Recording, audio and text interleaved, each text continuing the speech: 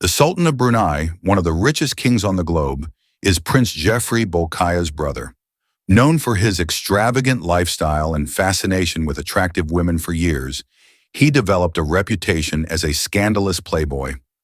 Headlines all over the world erupted in 1997 when American beauty queen Shannon Markadick came forth with startling allegations regarding her time spent inside the prince's opulent palace. What made her refer to her experience there as a living hell? How did she eventually get away? And what awful truths about the prince were revealed? Truths the Brunei royal family would rather keep buried for all time. See the whole video to learn. Remember to like the video, follow the channel, and press the bell button to be informed when I post a new video. Let's keep going. One of the richest and most powerful in the world, the royal family of Brunei. The Bruneian monarchy has enjoyed unthinkable wealth for decades because of the country's huge oil reserves. Although Sultan Hassan al-Bolkiah has sometimes presented himself as a pious and disciplined king, his younger brother Prince Jeffrey Bolkiah became notorious for quite opposite causes. Prince Jeffrey, sixth son of Sultan Omar Ali Saifuddin, was born on December 6, 1954, in the Darul Hana Palace. Like many nobles, he studied both in Brunei and elsewhere. He participated in various charitable activities and expressed interest in polo and other sports. What really set him apart, though, was his extravagant lifestyle and crazy spending. Among his more than 2,000 expensive cars, including rare Ferraris, McLarens, and Rolls-Royces, Prince Jeffrey owned a private Boeing 747 and a yacht called Tits. He also possessed costly global properties. Apart from his passion for luxury, Jeffrey became famous for his womanizing. This made the press sometimes refer to him as the Playboy Prince of Brunei. Reports during the 1990s indicated he had at least 5 marriages and 35 children. His first marriage in 1972 to Pangeran Nur Hayati produced 3 children and was the only one not divorced. Among his other spouses were several others, as well as Ian Munji Laurel, a Filipino actress, and Claire Kelly, a model from New Zealand. Prince Jeffrey, though, even that was insufficient. His growing passion with women led him to start gathering some of the most lovely ladies in the world to create a personal harem only for himself. Vanity Fair claims Jeffrey was allegedly keeping a paid harem of up to 40 women in 2000 and was spending about $50 million a month on them.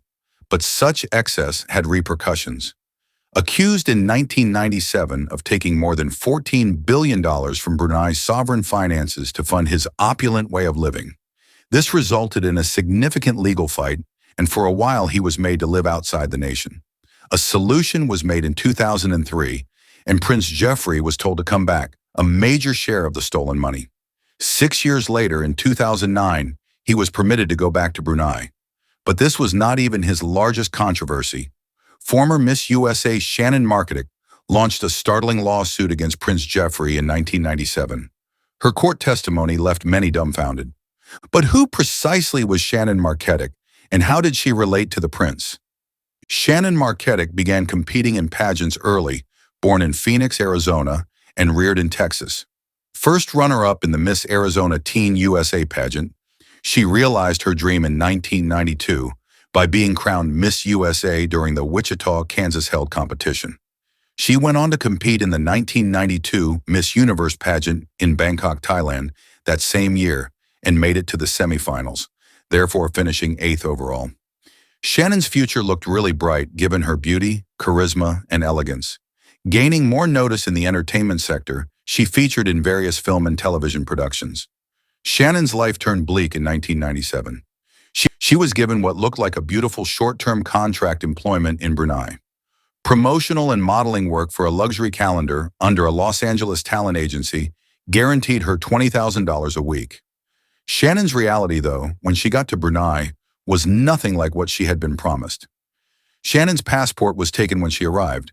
6 other women's passports were also taken. Escorted to a palace, she quickly found that Prince Jeffrey's pleasure, not business, was the actual goal of her visit. Allegedly, on her first night, she and the others were drugged. Her clothing were untidy when she got up, and she discovered herself in a terrible state. Mantic claims she was made to party with the prince, go to nightly events where wine and dancing were required, and occasionally, depending on her, They were pushed into doing more personal favors after being tested for sexually transmitted illnesses. Allegedly, palace personnel drugged Shannon and tortured her when she declined. One of the prince's staffers allegedly said to her, "Many dream of even being noticed by him. It would be the greatest honor of your life to be with Jeffrey." Shannon claimed the ladies were practically exploited like sex slaves with little consideration for their safety or consent. Prince Jeffrey reportedly once told her, "You may have been Miss USA, but here you're no different from the rest." Shannon claimed her pleas went unanswered, and every effort to flee was thwarted despite wanting to go home. What was meant to be a beautiful chance quickly became a nightmare from which she perceived no way out. She was ultimately permitted to depart after many weeks. Still, her narrative did not finish here. Shannon bravely sued Prince Jeffrey and his brother, the Sultan, in California for $10 million, outlining the suffering she experienced. The lawsuit was eventually thrown out, though. A U.S. district judge decided the Sultan was covered by sovereign immunity, hence shielding him and the prince from prosecution. For everyone fighting against a strong royal family, not only for Shannon, this was a terrible setback.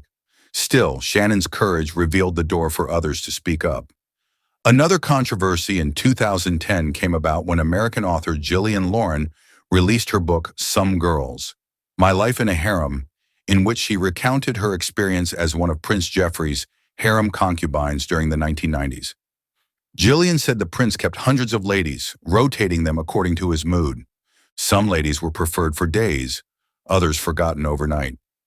Gillian also revealed she was only 18 when she entered the harem, pointing out the prince like Brunei she made more than $300,000 in 2 years.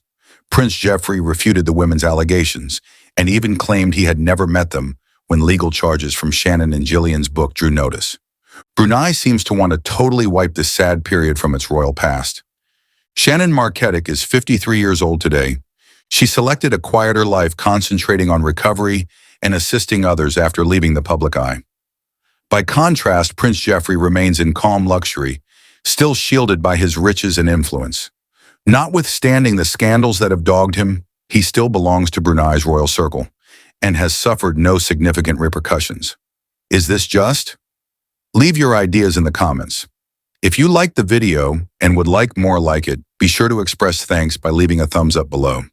You really want to subscribe to my channel, and check the bell symbol if you haven't already so you are informed when I post a new video every week. I'll see you in the following video. Liked very young women. While in